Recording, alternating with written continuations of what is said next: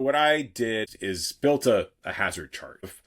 What I tried to do is kind of borrow from what we saw in the traps chart and assign a hazard level. There's another chart further on in the random encounters section, like when you're building a dungeon, that goes into more detail as to like basically lightweight hazards versus heavyweight hazards. Using that, I basically said, okay, hazard level 0 through 3, well, that's going to be like a shortfall or dense rubble. It could potentially do a D damage, and it's going to be a DC 12 check, because again, this is going off of the DCs that we see in the 0 level and 1st level dungeon. And then hazard level 4 through 6, well, that's going to be like collapsing walls, enfeebling magic, so potential for 2d6 points of damage. A harder DC, so hard, that would be 15. And again, these are the DCs from the Shadowdark book, so I didn't pull these completely out of thin air. At hazard level 7 to 9, you're talking drowning hazards, long falls, toxic gas, crushing terrain, 3d6 points of damage. The DC check goes to extreme, which is an 18.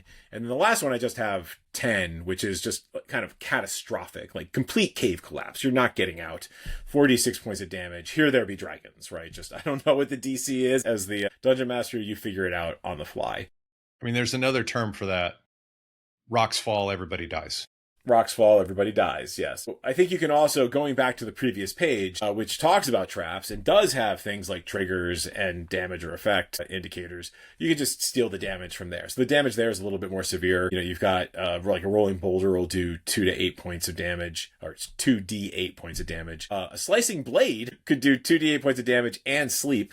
So it gives you some more options to kind of mix and match if you're looking for additional inspiration. Yeah.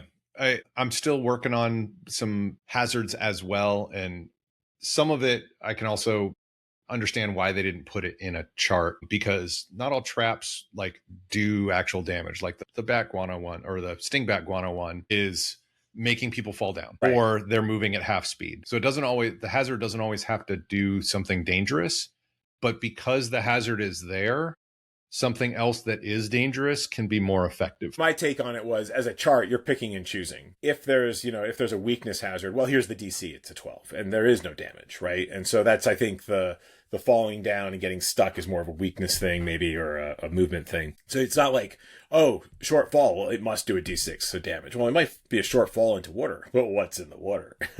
Right. And maybe the water is deep enough that as you're moving through it, walking thigh deep in a lake, you're not moving nearly as fast as you would on land. So if there is something in the water coming after you,